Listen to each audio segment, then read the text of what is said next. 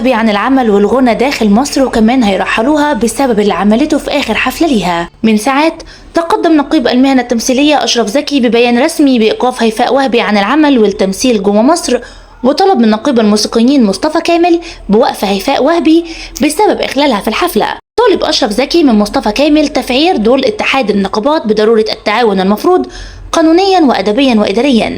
وده حصل بعد ما هيفاء وهبي أخلت ببنود تعاقد فني بينها وبين شركة إنتاج سينمائي رغم حصولها على عربون التعاقد، ولم تنفذ ما جاء بقرار لجنة التحقيق بنقابة المهنة التمثيلية، والذي تلاه إيقافها عن العمل ومنع التصريح لها مجددا. وفي نفس الوقت اتقدمت شكوى رسمية لنقابة المهن الموسيقية من منظم حفلات بإخلال هيفاء وهبي باتفاق لإقامة حفل بالساحل الشمالي يوم 19/7 رغم حصولها على المبلغ المتفق عليه، وده تسبب في أضرار مالية كبيرة لمنظم الحفل.